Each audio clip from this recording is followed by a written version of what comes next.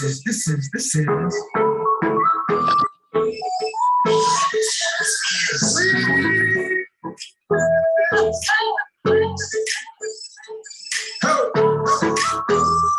It's rich.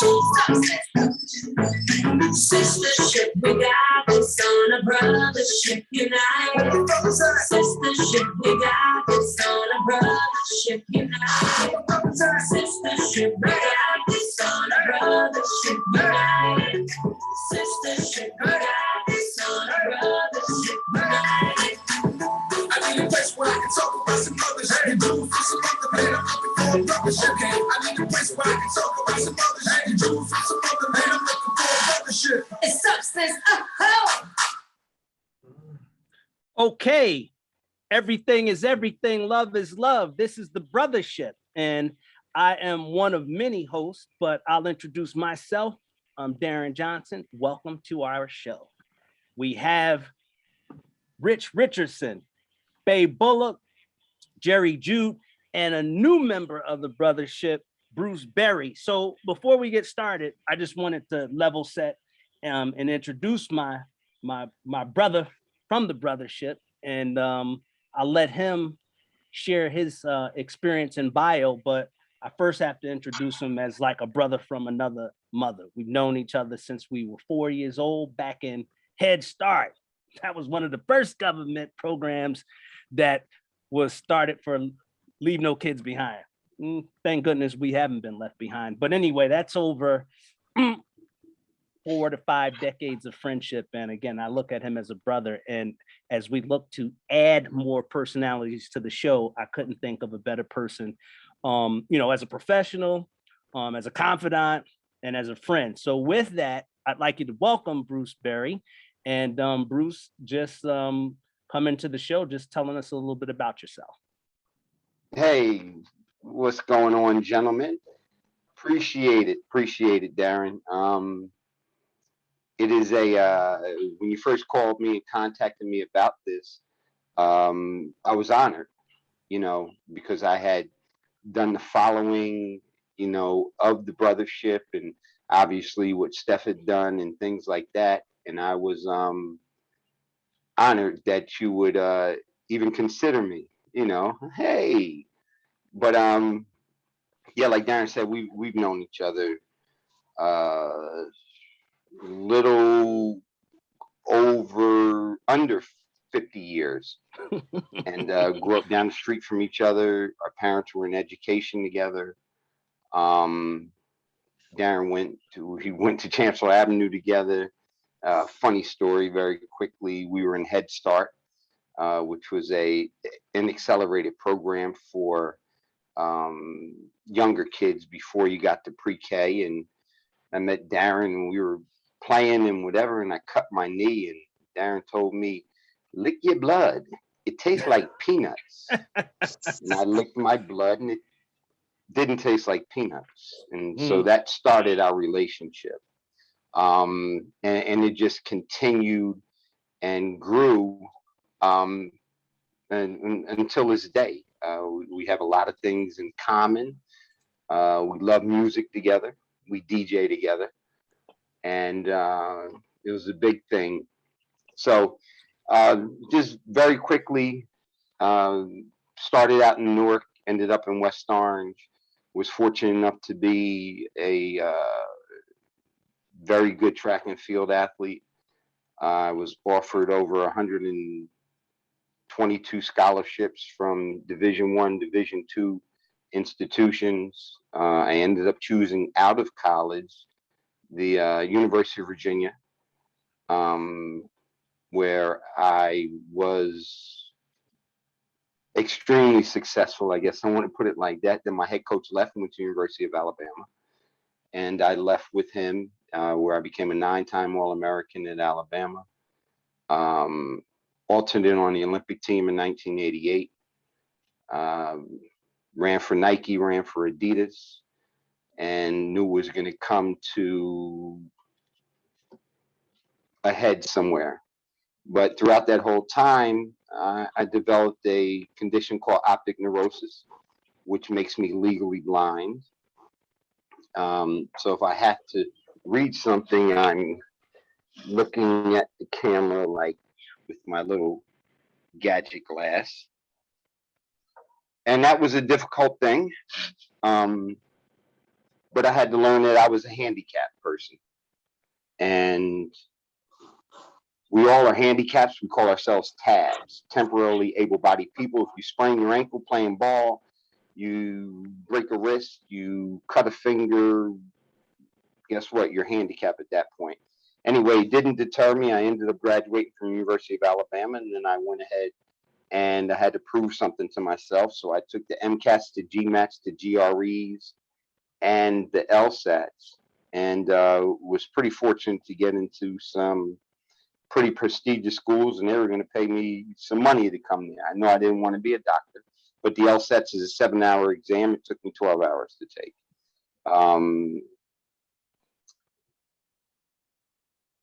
Ended up getting into Johns Hopkins with my MCAT scores, got into University of Chicago, Illinois, University of Chicago Law School with my LSATs, got into the Wharton School of Business, and ended up getting my master's degree from Columbia University.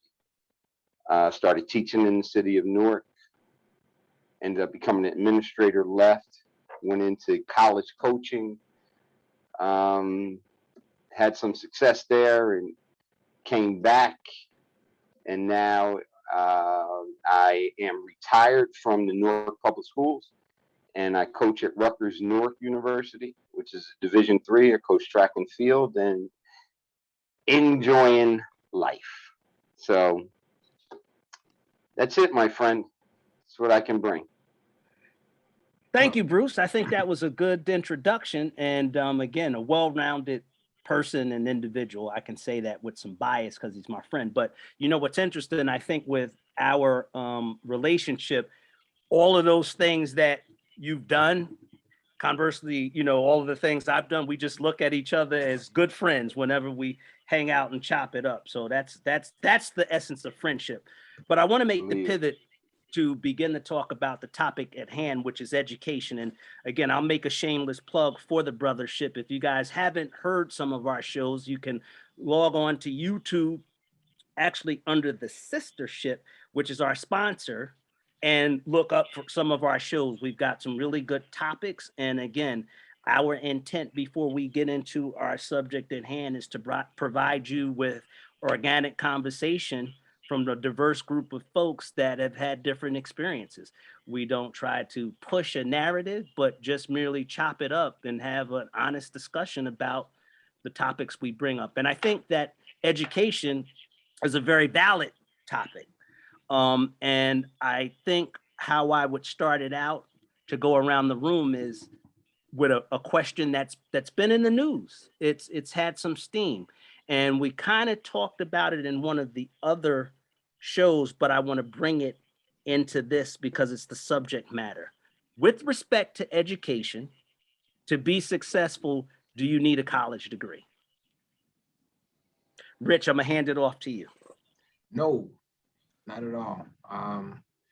My college experience, a year and a half. What's going on, people, first and foremost?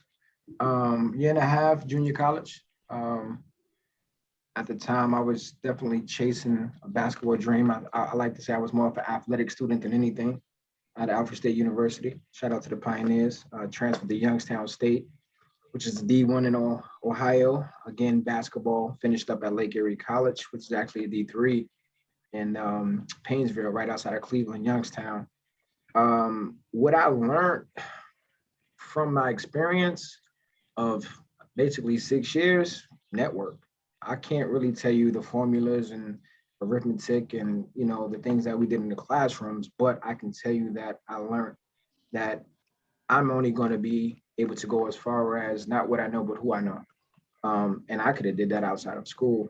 I think it's a good tool. It is good to put on a resume if necessary, but I mean, here I am now, a father of a 13-year-old, and my job has been to push her to think outside of the box, to want to own her own. And there's no argument, there's no push or pursue that you have to go to college.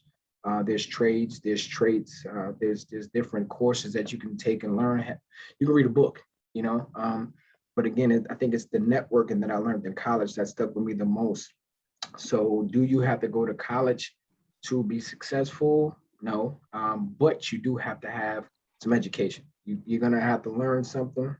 You're gonna have to assure yourself that you have the discipline to do whatever's necessary to get the job done. But you know, to sum it all up, I don't think, you know, if you take somebody who went to work for Burger King, for an example, or let's just say Wells Fargo, they come in entry level, they make less of a dollar. You come out, you have your business degree, you get the internship with the job. You're making 40, 50,000 because of your degree. The other person's making 35, 40. They're under you, right at the same level with you title wise. But here's the thing, you got a $40,000, $50,000 debt that you have to pay back. So do you really, you know, do you really have 50,000 in your pocket, or is some of that going to paying your loan back, which it seems like those loans never leave. So no, you know, to conclude, I don't think that you don't need it, but you need some form of education for sure. Okay. Bruce, what say you? I mean, I think the biggest thing, and obviously being a teacher in Newark and an educator in the inner city in Elizabeth, and then being in West Orange, no, you do not have to go to college, because college is not meant for everyone.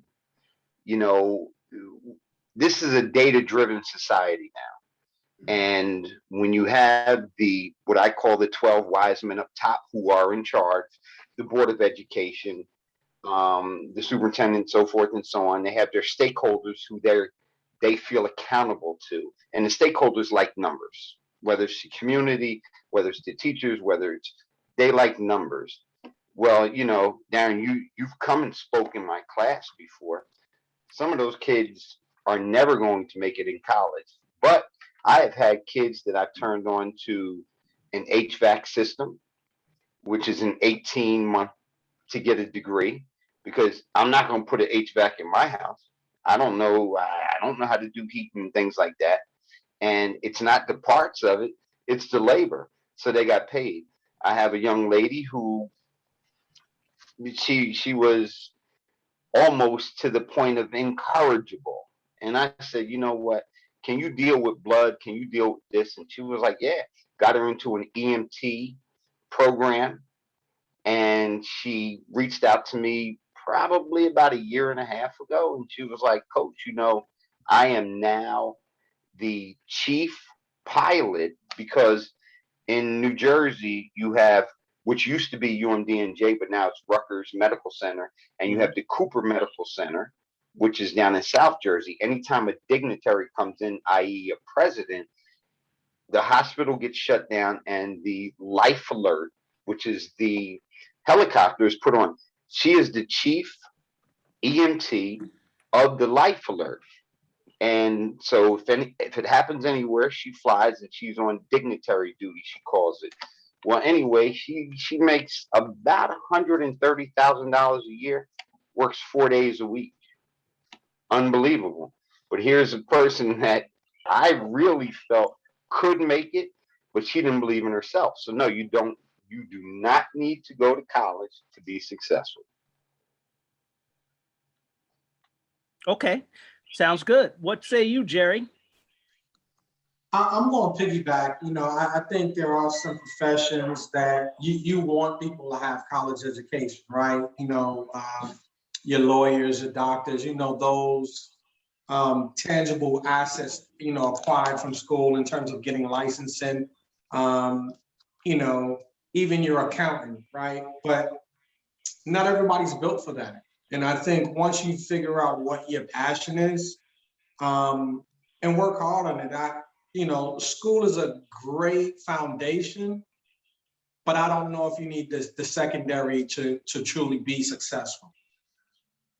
Okay. Okay. Bay, what are your thoughts? Well, you guys are talking to a guy that barely made it out of high school. Barely. Barely made it out of high school. And the only reason I did that because they told me I couldn't play football, I couldn't wrestle, I couldn't play none of the sports, so I had to get a C at least. You know, I was an athletic guy. Athletic So, student. College was nowhere in my thoughts, man, nowhere. And I remember when I graduated, 1982, Yonkers High School, I graduated. And that summer came up, you know, every summer we had football camp and, you know, I had something to do every summer. My mother came to me my senior year after the school year was over. She said, "What are you doing this summer?" I said, I don't know. I don't know what I'm doing. Well, that same day she packed me up, took me down to Apex Technical School on 19th Street and Avenue of the Americas and slapped me in the HVAC program. And after I got into that and I learned to work with my dados right here, my little hands, I loved it, man. I loved working with my hands. I love getting down and getting dirty.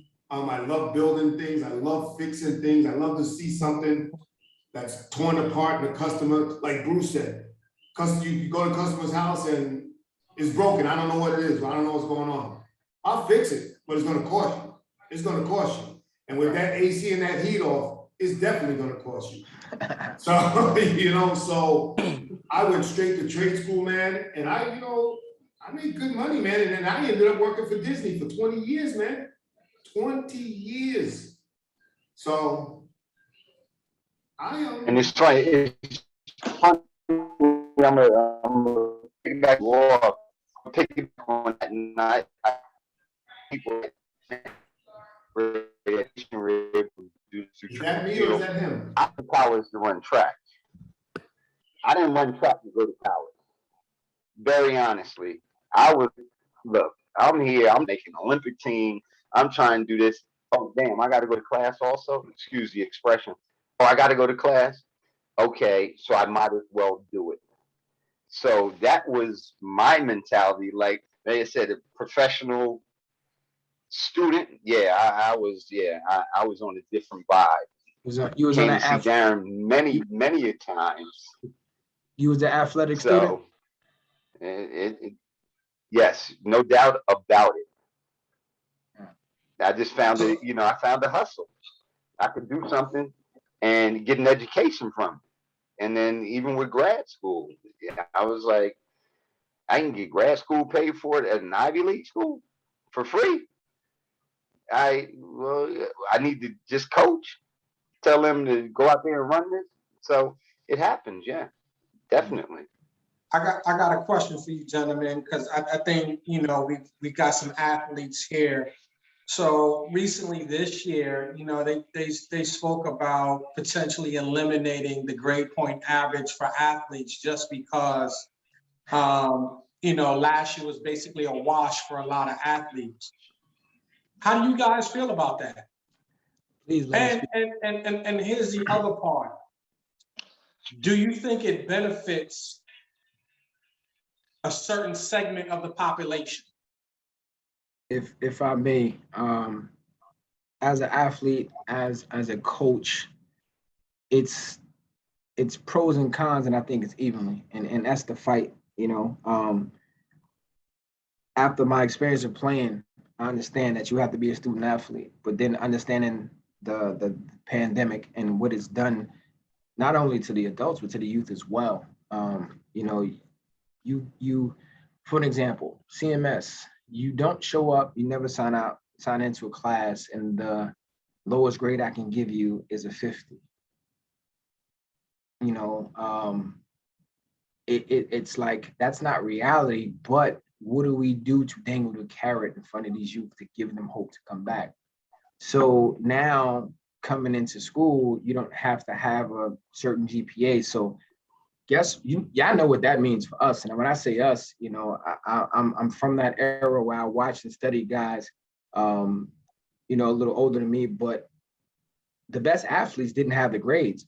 So now these teams are about to be, man, I mean, roster-wise, talent-wise, it's going to be amazing. The coach's jobs is going to have to be to assure that these kids maintain the necessary 2.0 after this is done, or 2.5 if it's increased, to maintain it. So, and it's almost like you give a sense of false hope, because now what if you're dealing with a kid who has academic issues, he can't really, he needs more than just a tutor. He has a learning disability or whatever the case may be. But he's a great athlete. What do you do with that kid? Um, but at the same time, it also allows the school and the coaches and the staff to connect with that kid and give them the necessary resources. Um, on the latter end of it, as a student, is just, do I come with the attitude of I'm gonna play this first semester, this first school, whatever, and then I'm done? Or is it that I'm gonna actually dive into what the coaches are doing? So like I said, it's for me, it's pros and cons, but overall, man, I give it a thumbs up. We got to do something to get these kids back into school. We got to give them something because they don't want to come right now. I mean, they're learning more for YouTube and Instagram than in the classroom at the moment. And you see that people are making millions of dollars off of YouTube and Instagram right now. So why am I listening to a teacher where this arithmetic is not going to do nothing? I used to always ask the question, am I going to have to use that in life later? 9 times out of 10, no. But Instagram and what they're doing on Instagram, it's giving them that way. So it helps, kind of guide them in the right direction. So hopefully it plays out correctly. Okay. Anybody else gonna? I mean, can I respond to it as being the collegiate coach? Yeah. Absolutely. Haven't been on that level. I think it's a travesty, simply because of the fact that now we've opened the door even more to allow our kids to fail. Yes. Because we have allowed them another crutch, another excuse to say, hey, I got another year. And guess what? I don't need to do this. That was stopped back in the 1982 when the clearinghouse was developed. And they came in because what coaches, and I use that term very loosely, what coaches used to do was, well, we can just declare a kid special ed, give him an IEP, and he'll be eligible to play D1. So we started giving them a scapegoat, and the NCAA came in, which I am not an advocate of the NCAA. I think they are a money-hungry institution that destroys sports. And I'm so glad that when Congress said that athletes need to get paid, I'm glad that went through. But the NCAA did make a great thing, again, in 82 in saying, hey, you have to meet these minimum standards to get into X, Y, and Z institution.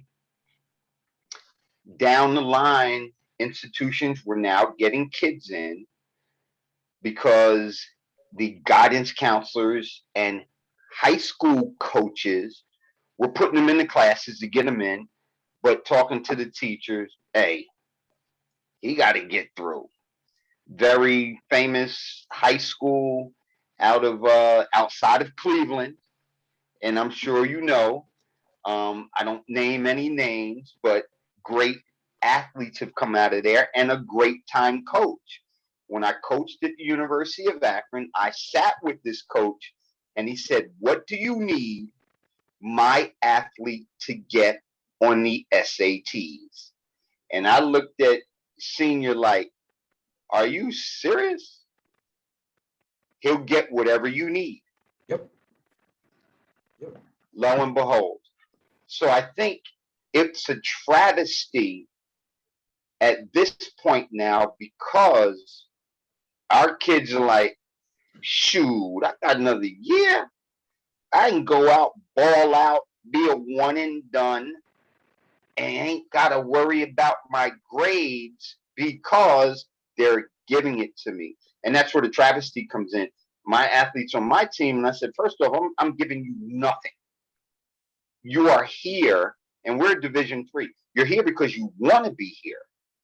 Second of all, if you don't adhere to this ain't no club team. I will bounce you off this program in a minute. So stop playing, because my job is to make you a positive member of society. Because at the end of the day, if you go out as an adult and go crazy, and we've seen it, people go crazy, they do the background. You will never be able to say, I ran track at Rutgers North University. My reputation is too golden to me. You know, I've put 127 athletes into college on some sort of scholarship, and 67 of them on full scholarships. I've coached 3 Olympic team members, whatever the case is. So, to the original point that was being asked, I think given another year is a travesty to 95% of the 95% of the athletic population, because now, you know, you start to see, well, I'm going to keep my kid back a year. Let me have him declared as a special needs student. So instead of graduating with the class of 2022, he's going to graduate with the class of 2023, and he's going to be 19, but he's going to be eligible to go in so we can get paid. I think it's a travesty. I think we're doing an injustice to sports, and we're doing an injustice to our kids. Well, let's expand on this subject matter of student athletes. What are your thoughts on student athletes being compensated while in college? Is that a good thing or is that a bad thing? About time. You need to be, no doubt about it. You need to be, About time. especially at major universities. My only tipping point is this: they need to get paid, but how are you going to balance the scale of an athlete at Florida A&M, which is a Division I, versus an athlete at the University of Alabama? Well, Florida A&M's budget for the year may be $6 million. Alabama's budget for one game is $6 million. So where are we going to stop the shystiness of, here you go, that $1,000 handshake? And I've seen it happen with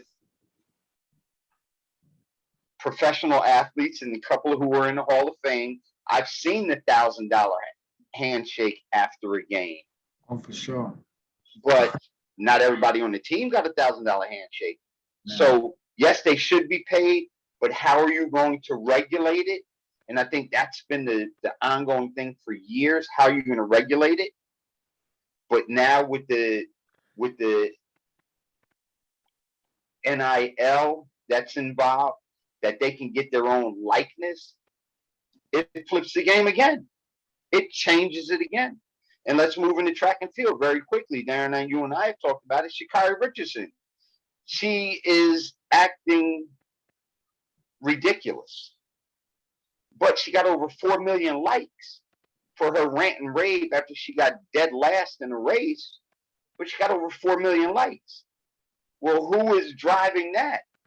These companies. Maybe not so much Nike or whatever, but she got so many more endorsement deals. I think that's ridiculous because she's an embarrassment to track and field. And I'm on the U.S. Olympic Committee for men's hurdles in track and field. I think it's ridiculous and it's embarrassing. So there we go again. Social media is a down player almost. It helps us as coaches. We get to recruit, but you want to get how many more likes and likes and likes so you can make money. It's a balancing act, and I don't think it will ever balance out. I'll give you a different spin on it, man. You know, being free from what I did before, I can be honest with you guys. I think that the athletes need to get paid. You know, when I was at a school, I won't necessarily speak on the school I was at the time, but I couldn't get a job. You know, my mom was working, my dad wasn't there. So I had to sell weed on campus just to be able to go out and be social, to purchase the latest gear or code or something like that. And it was demanding for me to be at practice. I had to be at, you know, if we did doubles that day, I had to be there. I had to go to class. I had to go to study hall. So there was no time to get a job. So in the mix of it, I was doing certain things. And then when you look at, us playing against, a Penn State or a Cleveland State or something to that magnitude, you see the check that the team is getting for playing. First of all, you bringing us into this team. This is a D1 team. We're Division III, so they're paying us for the dub. It's exhibition, but they're paying us a certain amount. That money's not going to me, depending on what level you at, and it's not going to my scholarship. So at the end of the day, like, I got to do what I got to do, because even though I'm in college and I'm this athlete and I'm a student athlete, I want to be social too. I'm not even talking about Instagram. I'm talking about just on campus. What if I'm hungry? The lunchroom closes at a certain time. So after practice is all said and done, if I don't have no food stored or didn't have nobody to go and grab a meal for me, then what am I eating at night? And I'm oodle noodles all day. So now today, and All even day, back every day. up, if you guys remember, there was a point where there was, I think it was Tecmo Bowl, or you did NCAA football or NCAA basketball. So here ESPN is making all these money off these teams, and you knew the number, person's name wasn't on the jersey, but you knew who you was playing with. They're making so much money off of these rosters, but yet the kids can't get it. Meanwhile, not only is this kid on your local video game around the world, but his mother's still struggling at home. They're still not eating at home. So I think it's just beneficial for these kids to get money, because we've missed billions of dollars as far as athletes and the colleges and companies getting money off of them. So it's time for them to pay up. We overcharge them for what they did to the Cold Crush. That's what Hov said, right? I went to the University of Alabama on a full scholarship, never paid a dime to go to school, never paid a dime for any equipment, never paid a dime for a tutor or anything else. But we were the brokest around. Man. We get hungry at night. Babe, what's what up? We got to do? Jay, what you got? What's your thoughts on this, fellas? Yo, it's good. Holla at the young ladies. How do we wash our clothes? Like, my father would send me $100 a month. He said, as soon as I got it on the second or the first or the second, $100 be gone. We're broke. But I get meal tickets to go eat everywhere. I would sell the meal tickets. Y'all want to go eat here? I'm tired of this.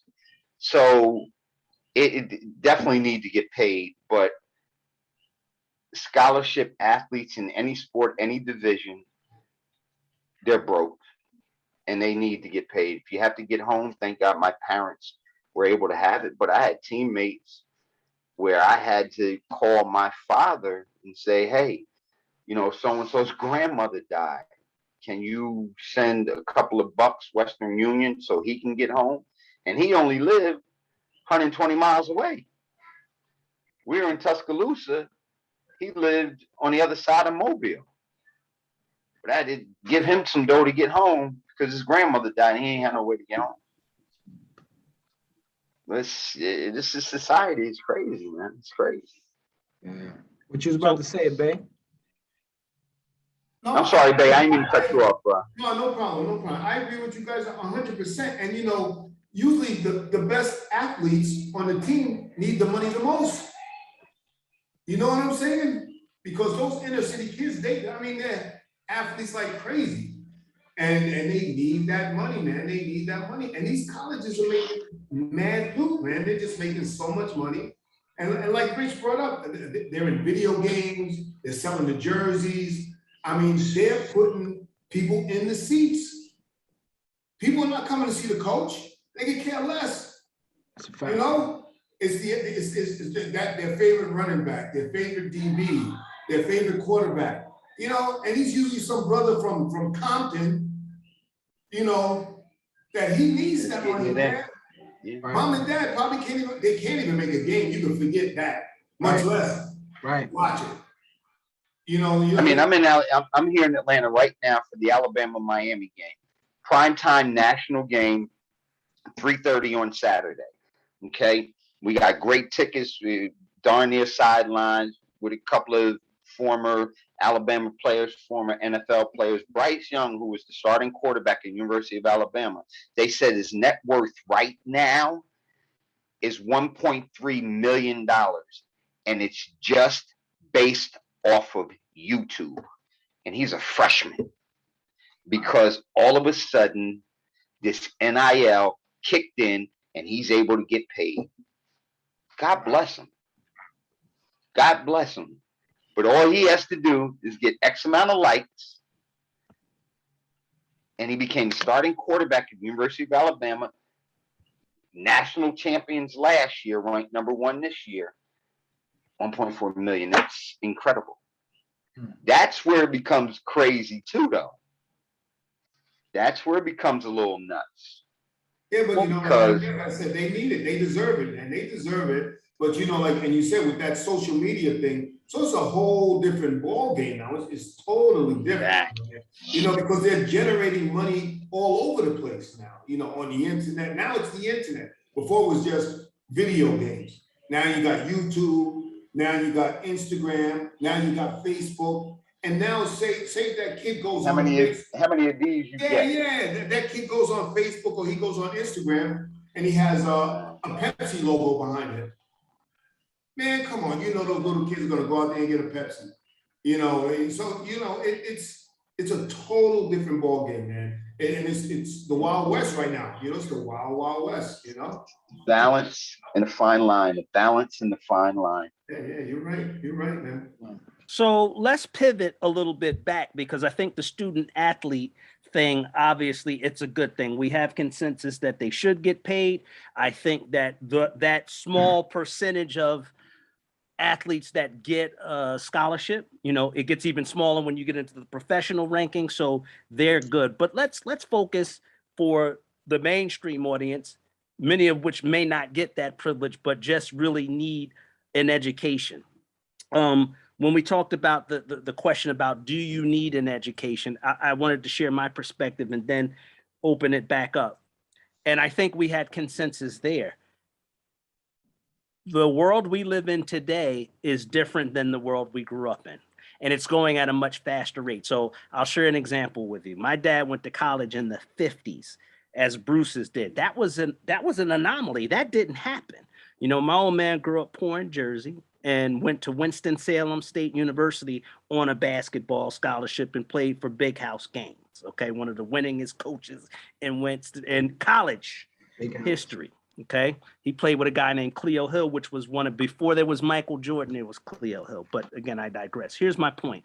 At that time, in the 50s, one of the two, believe it or not, the two fields that catapulted African Americans into the middle class were jobs in education and, believe it or not, Porter Pullmans. So at that particular point in time, people that had that experience, their aspiration for their children was to go to college. And I say that because I had gone to experience homecomings at HBCUs at a young age, and I didn't know, but I'm only sharing my experience because this is where the education, I'll call it the game, or dare I even say the narrative, because I was lucky. I was pretty good in school. I got straight A's, right? And my dad, as an educator, said, you know what? I want you to go to a private school. And I didn't want to do that. I wanted to be with my friends, as any 13-year-old would be. Long story short, I went to a prep school. Now, it was expensive. It was Seton Hall Prep. Very, good school. And, my parents were middle class, but I was going to school with cats, whose parents had ownership in the Nets or, were stockbrokers and so on and so forth. But what was interesting is that I didn't have to adapt because I had so much good self-esteem and love. I just looked at it as just something to do. And I give my dad a lot of credit because he said, look, you're not necessarily there to make friends. You're there as an investment for you to have different options. Now, I share that story to say when it came time to get a job, to go to school, I had gotten accepted. I was a National Merit Scholar to about 8 different schools: Syracuse, Rutgers, University of Maryland, Oberlin, Pepperdine, and Fordham. And I had wanted to go to Fordham because at the time I wanted to do stuff around music. And at that time, Fordham was around $15,000. And this was in 1984 because it's a Jesuit private school. So it was super expensive, right on Jerome Avenue. I went there and actually put a down payment on my my room. Now I did that because I went to my guidance counselor, and he was like, "Yeah, out of all of these offers, you know." And I got a phone call one day, and it changed the course of my life, from Florida A&M's business school. Now I hadn't heard about it. I knew a lot of people that my SBI. dad went to school with, you know, that went to Florida A&M. I think Rayford Johnson went there, Althea Gibson, Bob Hayes, those guys. But you know, they were athletes, but I didn't really know anybody personally. And I got a call, and they said, "We want you to come to our school, the business school." And they sent me they were in Time, Newsweek magazines. They had this stellar business school. And long story short, my dad, he was all for it. Free versus 11 grand. He was like, "You can always transfer." And just sharing with you now, the paradigm, because I was programmed in the environment, we're all products of our environment. Because going to Seton Hall Prep, when I remember saying, the guidance counselor, like, "I don't go there," you know, but I took a chance. I didn't even visit the campus because there were some events that prevented me from going when I was scheduled to go. So I went there raw, and I wound up making one of the best decisions that I had, because what I found out at this little HBCU, they prepped you to go into corporate America. That was the business school. They basically, I call it the Motown of business schools. When you got there, you had to take a class called professional development, where they showed you how to act. You know, when you sat down at a dinner, they actually showed you what the table settings were, because they couldn't assume that you knew that. You know, you had people from Detroit, Chicago, New York, so on and so forth. One of the prerequisites to graduate was that you needed to have 3 internships as a part of your degree. So I was able to have internships in Clearwater, Florida, Seattle, Washington, and Rochester, New York. Now, I'll tell you that at the end of the day, when I graduated, 96% of the people that decided to go into industry and not pursue advanced degrees got a job. And it clicked for me at that time. It was because at that time, if you wanted to go into corporate America, this dean had a direct pipeline where they came to us, because every week on a Wednesday, they had something called Forum, and she had CEOs, CFOs, vice presidents coming to Florida A&M, and all of us had to have a question that made sense to ask these people that were coming to see us. That was some innovative stuff at the time. And it was this little known secret. And when the word got out in corporate America, well, if you want someone that's of a diverse background, that knows what they're doing, that has a little experience, that was the picking ground. So I say that to say, you know, right now, you don't necessarily need an education, but you have to have a background or a skill set. And I think in other shows, as we've suggested, my theory is simply this: everybody's not meant to go to college, because it's more, in my opinion, based on my experience, it's more of a life lesson.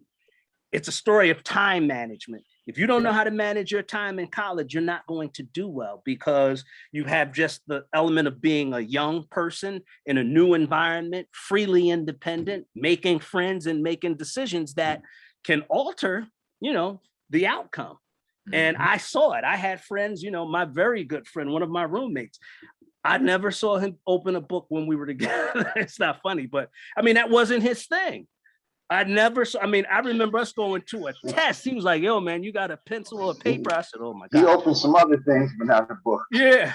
Now, what's interesting is that some people can do it. You know, I didn't have to study a lot.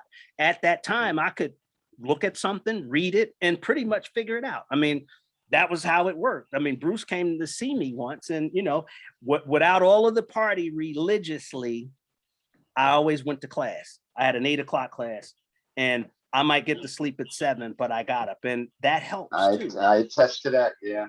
You know, but I think in the new normal, I think it's essential for young kids to make a decision earlier, sooner or later, and that then becomes the responsibility of the parent. I can remember my dad always asking me, "What do you want to be when you grow up?" And it changed. You know, I used to want to be, you know, a fireman, then a chemist, then an astronomer. And then at the time when I started doing all of this research, I said I wanted to get into business because for me, I knew that, you know, being into one of what Jerry mentioned, the hard sciences was something I wanted to do. And I made a decision at that time that having a business degree gave me many more avenues to pursue. So I think, you know, with this education question for the audience, for the kids, if you have people at that age, make a realistic assessment of whether or not your kid can survive in a college environment, because what we want and what they're capable of may be two very different things. And I speak from experience with someone very close to me. You know, their parents went to college and they had good jobs, so they expected their kid to do it. And I had a good relationship with these people. And when I met the kid, I knew right away that they weren't just emotionally mature enough. And that's not a negative. I mean, if you're spoiled, you're spoiled, you know, and that proved itself out because he, you know, going away as a 17-year-old, 1,000 miles is tough. It's fun. You know, it's fun, but everybody can, again, it depends on your background. You know, cats from the city, they know there's a little bit more savviness associated with making friends and influencing people versus, you know, you've been sheltered and everything's done for you. I'm going to stop there. Bruce wants to provide a perspective. Is that a Rashi Wallace technical foul? That's a tech. You know, came on and Bruce, we can't hear you right now. I see you gave him the Am I on? Now you are. There you go. You're good, Bruce. Go ahead. No, Now you're off. Bruce. Now you're off. I think you're on mute. This must be good. It must be good. He gonna tell us something. Am I on now? Yeah. Yeah. You're on. You hear me now? Yes, sir. Okay.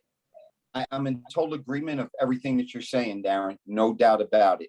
But, and you mentioned it 6 times, both parents, both parents, both parents, both parents, both parents, both parents. A majority of our youth nowadays Got one, if that. one parent, one parent, one parent. One of them are probably young. You know, I recruit kids all the time, and you know, the mother comes in and we're like, oh, you know, and we start to get to talk about age and this, that, and whatever. And when she graduated high school, I came out of high school in 1984. So did you, Darren. Juan came out of high school in 1985. He was the head coach. You know, we talk, when did you come out of high school? 1993.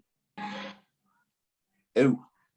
So there isn't a lot of guidance anymore, like, guided you or Bert guided me. So that's where I think that we're losing a lot of things at. And we're relying the quote unquote, this whole thing, the educational system.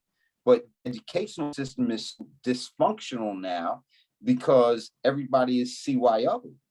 The administrators to the 12 wise men up top. There's very few teachers, and they call themselves educators. And I remember Raz Baraka, who was now the mayor of the city of Newark, but he was the principal at Central High School.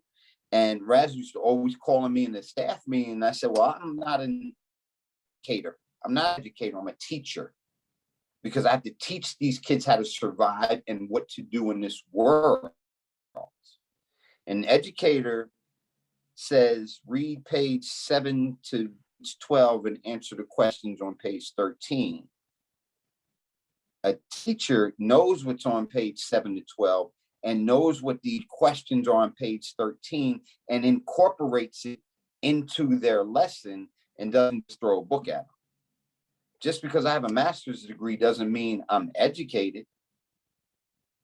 It means that my bills were paid and I was able to be successful going through a class. And I wrote a dissertation that was halfway decent, and I was able to support it and defend it.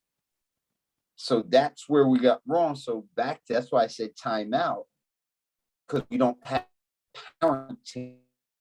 And And that's a whole different topic of certain things. But the parenting, and if we don't have that in the inner cities where most of our needs are, then we get what I call the traveling minstrel show that comes in, and these charter schools are started and these things, and they hoodwink these students. But charter schools are failing just as much in an inner city as they are successful. The entire city of New Orleans, there is not public education anymore, charter systems, because you have these people coming in with a whole and Okay, I think we had a slight disruption, so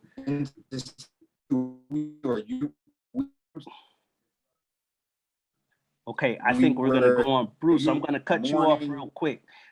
I think 1 second, Okay. get your latency. I think you're having an issue, but I basically think the context of this was that you were talking about the absence of the two-parent nuclear family is what's a risk now for students making a successful entry to college.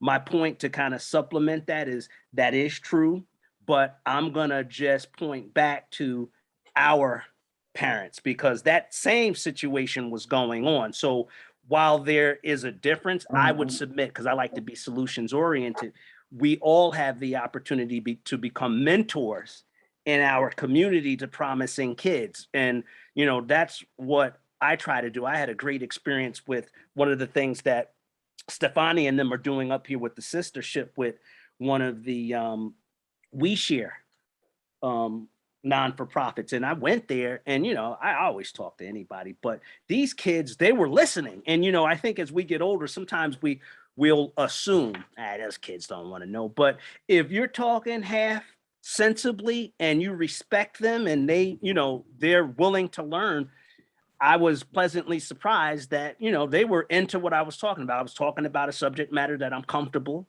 about, you know, hey, I went to college. I mean, they were in school and I said, you know,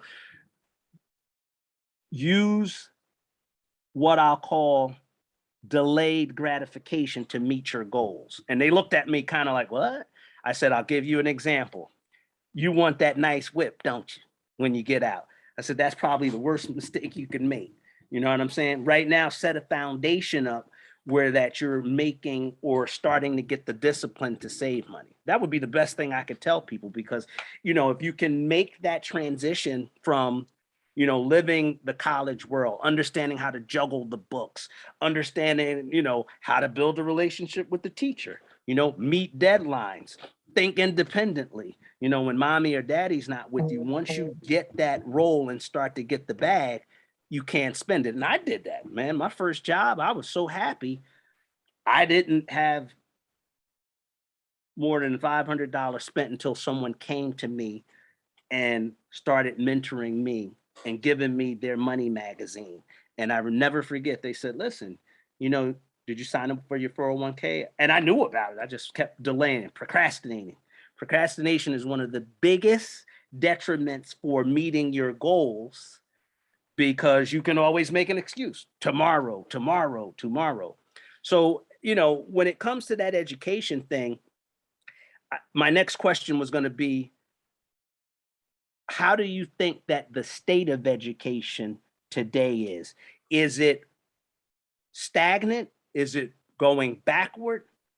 And if so, what do we need to get it into a more up-to-date pattern? In other words, is the education system, what's being taught in the school system, as you guys know through either your children or your loved ones or your nieces or nephews, is it competitive with today's times, or are we a step behind? I'm going to make a quick answer to you because I think this question answers where you're going. And our topic is, do you need education to be successful? Yes. Right? Yes. I think if you define what success is, then you'll understand whether our educational system is where it needs to be. Okay. that's a provocative thought, because I mean, and you can't, the definition of success, I'll make it plain. Remember back in the day, they said the definition of success was a house, 2.1 kids, a vacation every year, and a little nest egg after you retired at 65. That theoretically is the middle class. I mean, obviously, you could have that conversation. What is rich? I mean, they're actually quantifiable numbers. They said, to be in the upper 10% of wealth in America, you need to have a couple of mil, like I think it's 1.8 or between 2 million to be, well off or affluent. So when you just take it back a notch, I think that, let's reverse engineer it. You're right. So if you told a kid today, you want to be successful. Remember back when we were kids, what did people want to be? A professional athlete or an entertainer. That was what people saw, or the lens that was shown through the media.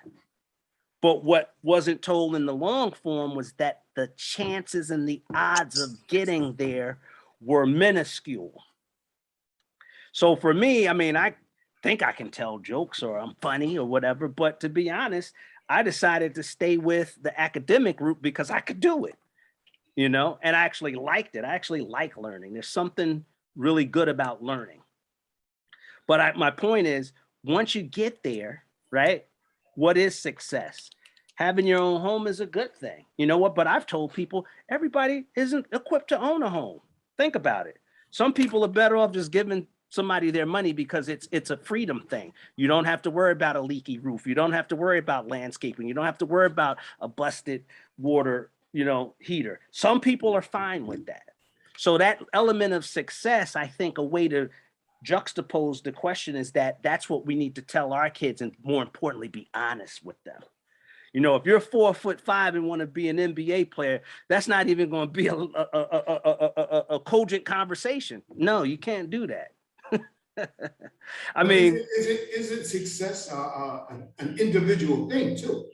Right. We will, because you hit on the old standards of success, a home, 2.5 kids, the dog, the 2 cars, and like you said, a pension plan, and we're gonna get the gold watch. Man, we've come so far from that, that it's crazy. I mean, success, I think, has just gone in so many different ways now because society has gone in so many different ways. So success is a major, it's so convoluted, it's crazy, when you think about success, what you call success. So I don't think there really can be a standard for success, because we are made such individuals now that there really is no standard no more.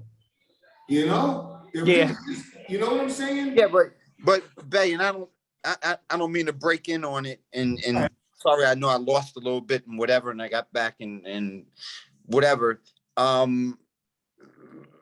we really successful?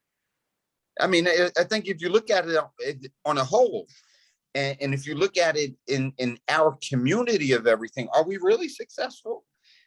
Our inner cities, at least in the state of New Jersey, the largest cities, Newark, Camden, Trenton, Patterson, those 4 districts are the 4 failingest districts when it comes to high school equivalency, SATs, ACTs, college graduation, high school graduation, college acceptances. Those are just 4 major inner cities. Now take that and just do it by the 49 states, because there's Newark's, Trenton's, Patterson's, and Camden's in Texas, Florida, Alabama, Minnesota, Maine. So are we really succeeding, or do we see just small pieces of success stories?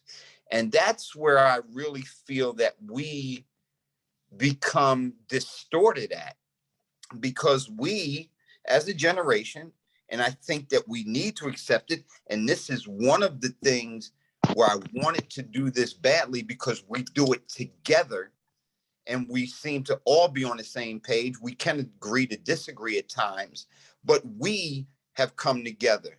Who are we really together in other instances? You know, Darren and I always laugh and joke about it or whatever, but it's reality. If you took the five most successful African Americans, not just entertainment, not just music, not just sports or anything, the five most influential and most successful financially African Americans and came together, don't you think that they can own everything that they wanted to? But we don't want to do that because sometimes we have our own we mentality. And going back into the educational system, and this is where this topic comes from, being an administrator, I've seen it. Teachers are going to do what they need to do so they can get out the building, so they can just make their money, get their bonus, and keep moving on. Because they want to suffice the people so the stuff doesn't roll downhill. But are they really out for our children? That's where the whole thing comes in at. So Bruce, something that you said distortion. You know, you were coming in, but the question was asked, how do we define the success, right? So my thing is, again, speaking from the youth perspective, and even though we're talking about education for the youth today, where does education tie into success as education as we know it? You know what I mean? Exactly. That's a valid. Exactly. Yeah, from the youth perspective, you know, I can, as long as I have a couple of guns, I got a vehicle, hot box, I got the loud pack, and I make a couple of dollars, and I know how to, I'm successful. Right. So for me to go to school and learn, I make more money than my teachers. Mm-hmm. Yes, you do. So again, just going back to, you know, we kind of went into the definition of success, but you know, from a younger perspective, like, man, you know, it can be, as we started off stating, how many likes do I get if you're a young lady? No doubt. I get how many babies can I have? And I start to go and do, not even babies. I'm gonna give it to you different. It's not even that, because I think at one point, my people, my surrounding, growing up in the Bronx, New York, Lambert projects, like not even there, but I remember the era in the 80s, 82 when I was born, having kids, and then you get the welfare. Now, these kids now, I don't have to have any kids. Matter of fact, it's best that I keep my body looking like I do, get 1,000 likes, and now somebody comes and pays me to be a video vixen, or maybe someone pays me to come and be in their videos. So again, just simply answering the question of what is success, well-rounded, just making sure that we address all things. Man, our youth today and the education that we're speaking of, and to the teaching the parents, we have to tap into as educators and understand that, listen, you can preach to me all day, big dog. I believe in God. I hear what you're saying, Pastor, but listen, big homie controls how things run on my block. Exactly. You know what I'm saying? But I don't think that's any different. I mean, growing up in Newark, I mean, I'll be very frank. I mean, I knew, I won't say specific names, but they were running it. Okay. There's a guy, you can read about him because, I mean, he's a legend. His name was Akbar. Everybody knew who he was. Okay. Mm-hmm. And quite frankly, in 1986, when all of our communities in the inner cities changed with the introduction of crack cocaine, I was sharing this. The 7 people that I grew up with, it was evenly split. They were either sellers or consumers. Right. You know what I'm saying? So those decisions Akbar had everything on lockdown. Akbar Prey had everything on lockdown. I mean, we knew that. But Darren, I didn't mean to cut you off, but I'm going to get this across because I've said it before, and I said it earlier in this thing. Sha'Carri Richardson, the world in her hands. She has a gift of running. Where's her guidance? Where is her success? Yes, she's got 4 million likes. She's making money. But guess what? That could be 3 times as much right now. But Where but- is her but that- guidance but come that's from? your definition of success. Yeah, for Our somebody who, success was to reach 4 million. for And somebody so who we don't gotta go have back to nothing, this. whatever I get with it, it's You're right. success now. But My what we fault, have Jerry. to My fault, do, Jerry. then don't we as older people and people who are in her camp and older people, her coach, I know extremely well. We've been boys, we are boys. I know her personal coach, Dennis Mitchell, very well. We were on teams together. Isn't it her coach who's my age to be able to say, boo, this is how we're going to do it? Because eventually this is going to be gone somewhere. You're Right. going to lose everything. This is what I feel.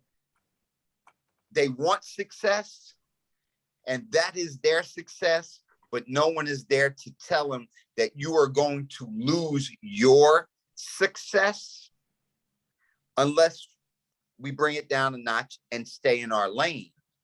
Get off that corner for a minute. Watch what begins to happen. How Take somebody, that, how somebody invest, and broke, do how whatever. somebody broke gonna tell me how to be rich. You feel me? Like these Yeah, again, no doubt about it. I'm giving you the mindset of the youth. You feel me? Like at the end Very of the true. day, coach, I understand what you're saying, coach. I get you, but guess what? You've been telling that same story for 30 years, and if we were all chasing success, you understand what I'm saying? Then you wouldn't Right. be here. We'd be talking about you coached here. I'm gone. I'm out the way. So again, No not doubt. that you're saying nothing. It's just a matter that we have to get to a point to where this is what let me say this real quick. This is what I do with my mentoring program. Mhm. When I come in, I meet with the youth. The number one thing is first thing first. What do y'all want? Because I know what I want.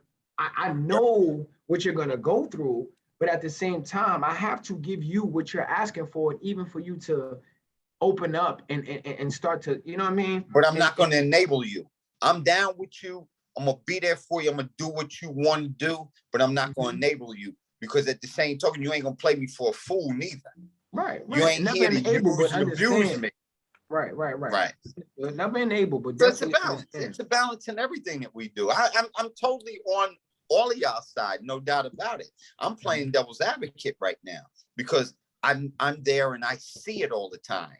You know, you see it in your mentoring program, but you see it when you do it. I see it as a collegiate coach. I see it all the way through kids who have still that have graduated a year or 2, 3 ago. That is still the Instagram honeys, but they got a job.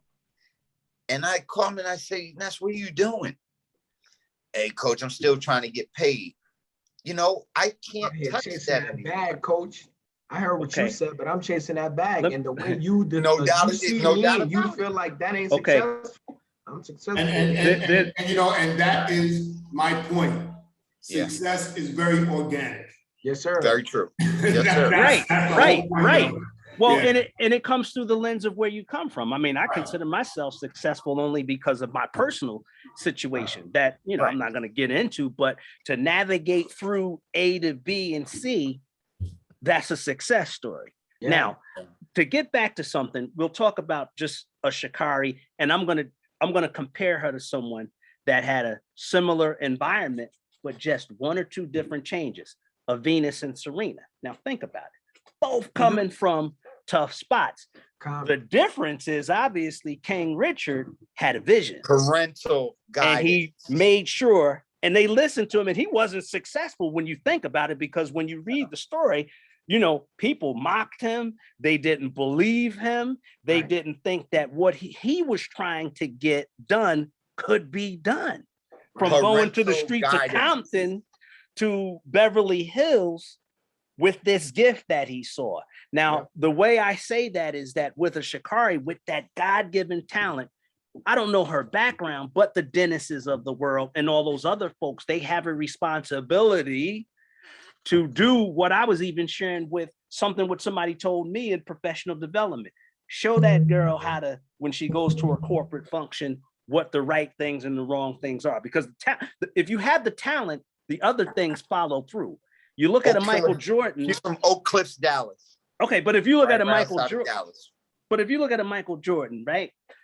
When you look at that persona of him, looks like that classy guy that knows everything or whatever. But At home, he's just a down home dude from North Parental Carolina, guidance. you know, Parental guidance. or Jay-Z, that's a billionaire, you know, that sold millions of records creating a lifestyle.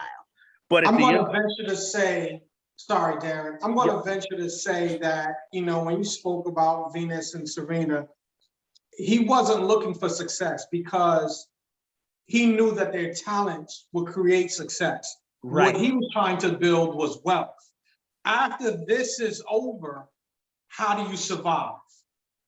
Right? Because that's not a tangible thing, right? You can lose money at any given day. You can blow your knee out and never play tennis again. I think he was trying to build a culture, and that could potentially even be the difference between them and Sha'Carri, right?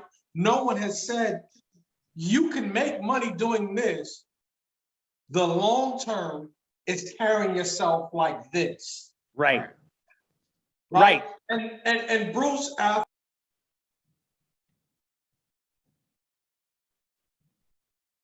we know that destruction is coming unless you change your behavior. Yeah. But I think that goes back to schooling and having the discussion about what success is, because we deem success totally different from what these kids, right?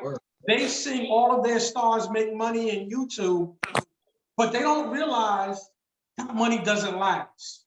Man. Right? And as youth, I remember thinking that I was invincible. And so how can you take that from a kid who you yourself went through that same feeling of, nah, You can't. you old guys don't know what you're talking about. Y'all are still here, like Rich said, but I'm gonna get this bag right now. Because it ain't no drug dealers you know that's still around that got their bread from when they made it. That's true. Nah, no. I know 3. But that's not the moral of the story that we're trying to teach when we talk about education. They're around, man. There's a lot of them around, and some of them even went to be president, if you know what I mean. Right. You know what I'm saying? But here's the thing. Some of them made it, man. But I think there's a consensus, but in different ways. And at the end of the day, we're saying it's whoever that child is, if it's Sha'Carri, if it's Bruce, if it's Darren or anybody else, you have to have a base. You have to have a foundation. And, you know, again, I look at it from the solution standpoint. 2-parent household doesn't necessarily mean success, because if that household's dysfunctional, you're not going to learn anything because everybody else is trying to chase their bag. That's all I was saying. That's all I was saying. So, you know, at the end of the day, you know, how I look at it is that we've got to, those of us that define success and just, I call it being responsible. You know, I mean, if I had to look at success defined, it's being responsible, meeting my commitments. You know what I mean?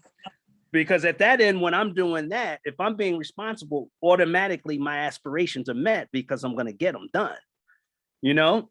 And so you're right. But what's interesting out of this conversation that we had, this whole success through, I'll say, social media is an interesting thing. Is that a fad, you guys think, or is this here to stay? Because it's obviously something that's a little bit new. I mean, this guy, Jake Paul, you know, I'm a boxing fan, right? And I could not believe when I found this fact, the 2 largest grossing pay-per-views this year was the 2 Paul brothers versus Mayweather and Woodley. I mean, you've got top ranked fighters like, you know, Shakur Stevenson, our homeboy, or Crawford, you know, Earl Spence, all these guys, they're not even eating because people from social media with large followings decided. I mean, it's a great business model. And it's a funny one because when you think about it, they pick their you know, mismatches. You know, I looked at one guy, he's 25 pounds larger than the next guy. Another guy can't fight, yet the public is willing to pay to see it. So, you know, and I'm tying that to education to say, you know, if I had a loved one or a kid that wanted to go there, what's the product that you're selling? And I think, Jerry, you tapped out on it. You know, we all have wins and losses, but if you're not creating a model on social media that lasts, then, you know, is that truly success? You know, I think as it comes to education, and we've got 7 minutes left in the show, I think the best takeaway is that, you know, there is a need for education, but it's got to be channeled to be successful with your interest. So in other words, you're not going to be a successful lawyer if you don't have a cogent plan to go to law school. Right.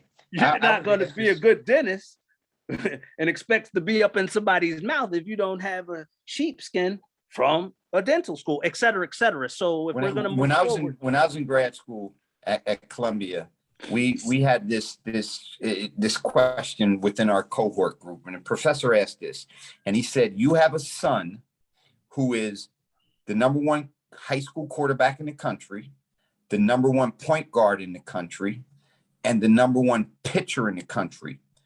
What school would you choose for him to go to, and why? You know what my answer was?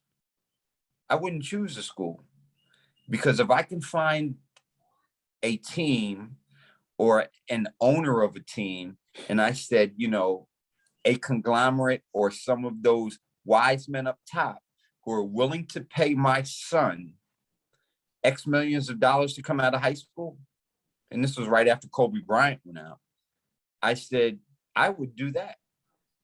And, you know, the professor said, it's the best answer I've heard all day. Because everybody's like Miami or this or that or so forth and so on, blah, blah. But no, if you can get in and get paid, get paid. I'm not upset with that. If you're going to be one and done, one and done. I'm not upset with that. But back to the whole educational piece, no, a degree doesn't make a difference in a person, but the things that you learn in those 101 and 102 classes, they do make you and define you as a person, because they give you that moral balance in certain things. If all you're doing is getting paid, and you don't have any guidance in what you're doing, i.e. Sha'Carri Richardson, not downplaying her, but you don't have the guidance, and she went to LSU and she does have that moral balance, well, that's a different case. But if you got one of those kids who are going to be one and done, get that money while you can. Because if you get one of these owners of these teams, these Jerry Joneses to pay you, get paid. But somewhere along the line, find a balance in your life also, and learn some other things, whether it's investment in stocks, or maybe you want to learn something about, I don't know, Madagascar and how it was discovered. Find something else that's going to balance you out. Bruce, if I can, let me ask you this question. I'm gonna leave with that. Yeah. No, don't leave yet. Let me ask this question. I don't know why today. I'm the voice of the youth today, man. Shout out to Turner Point Academy, Charlotte, North Carolina. We in the building. Listen, got a question for you, Bruce. So yes, you just said that if you can't get paid, or if you can get paid, go get that bag, right? Like the Lost Boys, legal drug money. Drug money. So again, yeah, I definitely need to come back. Because my question is, you know, what do you tell that kid that you're trying to get into to go back to school, who's making the money, like I said, more than the teacher? You know what I mean? Like, what do you tell him as far as go to school? Right now, you've been out of school for a year and a half, COVID. You found ways in the streets to make money. You've defined your definition of success. What do we do to tell these youth, like, hey, man, like, come on in, because you're gonna get it later? Come on, what do we? I would like to know that for them. You know what I mean? You know, Rich. You know what's so crazy, Rich? Think about Freeway Ricky Ross's story. He was an athlete. Right, tennis player. He was a tennis player.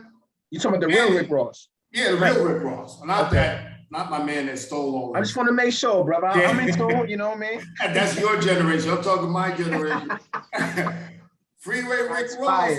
Yo, he was a tennis player, and he was very good at tennis. Couldn't read, couldn't write, but my man was making, like you said, he was making all that loot. out in the streets. Now you're gonna tell that man, what was he bringing, like 3 million a day or something like that? Couple million a day. You're gonna tell that man to go back to school? But you know what? I want to stop there because I mean, at the end of the day, that's a moral question as well. I mean, I know people that were doing that and it's wrong. So if I'm trying to be a role of a mentor and I tell people, and I'm not saying I'm an angel, but what I'm saying is it's wrong.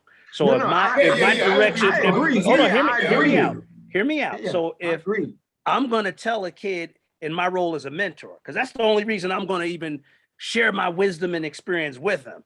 If he's going to shut me down based on just looking at me and not knowing, then I've got to question as the mentor, you know, my effectiveness. I'm about each one, teach one that are willing to learn. If you teach me how to fish, I know I never have to give you a piece of mind. But if you think that you have more fish, more power to you. You keep it moving. But I can tell you with a bunch of stories and a bunch of experiences through others that that's the short roll. When I got out of college, I'd never forget someone said, "Oh, you about to make that long money." And I didn't know what they meant. Well, 32 years later, now I know what it means because I've been able to successfully be employed in, you know, increasing positions of responsibility. Yes. And with that, get, you know, the reward associated with that input. So that's what we got to tell a kid now. And I've always told people, look, you could be what you want to be. Remember, what was that? One of the old, be what you want to be. But understand there's occupational hazards. And my responsibility is to tell you, if you go down that path, getting your family shot up, if you make that decision, that's part of the occupational responsibility. Because back when we were growing up, there was honor among thieves. So understand this, son, if that's what you want to do to keep the block on lock, that these occupational hazards come with that job. So if you love your mama as much as you say, you know, oh, and by the way, if you get busted and you can't get out of jail yourself and get a good attorney, and you need a public defender, you failed at that job. You're not good at it anymore. So if that's the choice you want to do, God bless you. But understand there's rules, and as Meek Mill would say, levels to this ish. Right. So I'm not going to tell, because like you said, people are going to do what they want. But if I talk to a young kid and he's, you know, bent on being the next Nino Brown, I can only share with him the outcomes and the risks associated. Listen, I'm just playing podcast host, and I'll have my kids watch this and they hear it from me. So I was asking the question to get it from another view. So absolutely. The things that I'm telling y'all, man, they saying too. So if they saying it, I'm saying it, and your mother's saying it, got to be some truth. I mean, do you? Because at the end of the day, and then we have to educate them on the fact that this is all a trap. And I learned that from an older man telling me that. He said, son, don't you think that you have to make an informed decision? He says, any idiot can get some product from New York at a lower price and come to Newark and sell it at a markup. That's what other people do with diamonds or other things of value. But this is the only product that's going to get you incarcerated and mess up your prospects for the rest of your life. That's what somebody told me. Life. That's true. Hey, Rich. Yes, sir. Here's your public service announcement for your mentees. and Darren alluded to it. It's all about that long money. Yes, sir. You can get this bag. How long is that bag going to last you? That's right. Yes, sir. Yes, sir. I got bags because you know what? I stayed out of trouble. And I'll tell them that. Yes, sir. And I'm glad I'm back in real quick, and you know, being in a hotel and Wi-Fi is crazy or whatever. But Rich, what I was saying was that I never told a kid to go back to school. I said, find something to balance your life out.